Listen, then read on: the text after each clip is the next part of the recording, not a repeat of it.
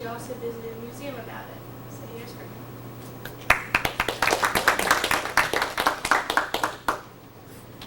I want all of you guys, before I begin, to think about the last lie you told. Was that lie important to you? And think about the consequences of that lie and what happened because you lied. Now consider this. Would you die for that lie? This lie actually could have costed you your life if you lived during the Renaissance. Imagine this. You're in a dark, cold coffin, but you can't feel anything. All you feel is burning in your eyes, your chest, your stomach, your back, and any other surfaces that you can think of. You have iron spikes penetrating your skin in every place that you can imagine.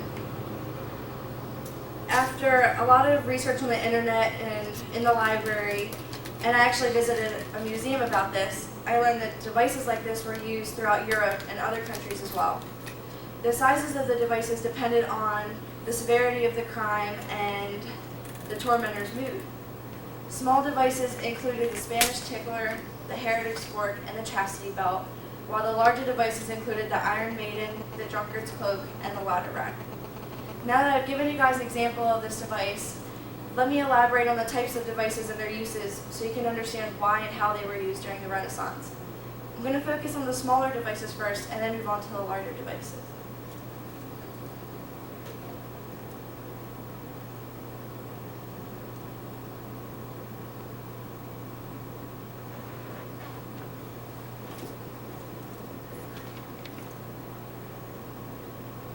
One of the smaller devices was called the Spanish tickler. It was also known as the cat's paw.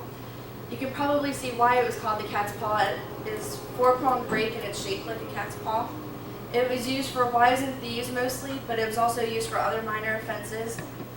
According to Eric Rowling, the author of the website Occasional Hell, a handle was usually attached to the device so that it could be used to tear flesh from the chest, the abdomen, the back, the face, or any other limbs the tormentor felt like tearing from. The victim was tied at the hands and feet so they could move away. The reason it's called a Spanish tickler is because it was misattributed to the Spanish Inquisition, and they believed that it was used to punish people who wouldn't convert to Catholicism. Later, it was discovered that the victims of the Spanish Inquisition were rarely tortured this way because the number of inquisitors were greatly outnumbered by the number of heretics, according to Ellen Rice, the author of The Myth of the Spanish Inquisition. Conversely, there's evidence that the heretic's fork was actually used during the Spanish Inquisition and it was also used during other inquisitions too. This device was used when the victim's hands were tied behind their back and the device was strapped around their neck. There were two bipalm forks. One would be placed in the neck and another one would be placed in the flesh just above the sternum. And according to Chantal Powell, the author of Punishment, Torture, and Ordeal, only one phrase could be murmured by the victim because their head was tilted back so far. They could only say aviro, which is Latin for I recant, and it was inscribed on the side of the device. If the victim refused to do this, then they were burned at the stake. Another smaller device was the chastity belt. It's also known as the girdle of Venus or the girdle of purity, and it was used for a different reason. You've probably seen it in movies like Robin Hood Men in Tights, but it was actually used for a lot darker purposes than what the film implies. The reason it's considered a torture device is because women were forced to wear it by their husbands. Usually when the men were going away for long periods of time, they would have to wear it, like if their husband was a knight of the crusade or they were going off to war because they didn't want their women sleeping with other people. Two forms of the belt were actually made. They could be spring-loaded. One was the partial pudenda. Pudenda means genitalia, and that only covered the front, and there were iron spikes or nails pointing outward. And then there was the full pudenda, which was actually the same thing, but it prevented rear entry as well. These smaller devices are only a few that were used. Most of them were used during the Spanish Inquisition, but they were also used for common offenses. Some of these devices were meant to harm, but most of them were just meant to humiliate the victim. Now that you guys know about the smaller devices, I'll explain to you how the larger devices worked and why they were used. One of the larger devices is the Iron Maiden, which I mentioned in the introduction. It's popular in medieval literature and movies, but controversy exists over how many of these actually existed. You've probably seen something like this in the movie Matilda called the Chokey, and a lot of movies are based around it. It's just a sarcophagus with a live person inside, and there are spikes or nails on the inside. It's 7 feet tall, so men or women could fit inside of it. The spikes were also movable to accommodate the victim depending on how tall or short they were. And the doors could open and shut from either end so that way the victim couldn't escape. The heavy doors prevented screaming from being heard and things like that. And the most famous one was actually in Nuremberg, so there are evidence that these actually exist.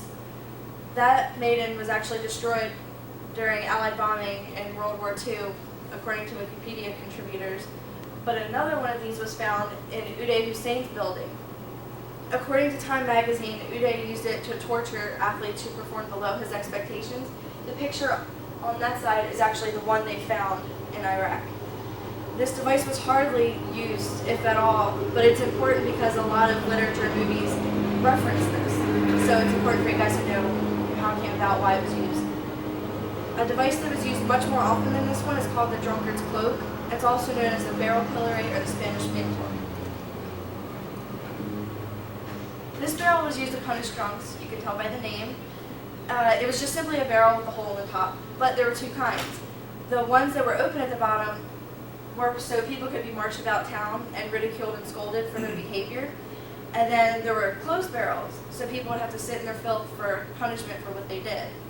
The reason it's called a cloak is because it sits on your shoulders like a cloak. Another device that was used almost as often as this was the ladder rack. It's famous because it was used during the Spanish Inquisition, like several of the other torture devices I mentioned. The victims were basically tortured into answering questions.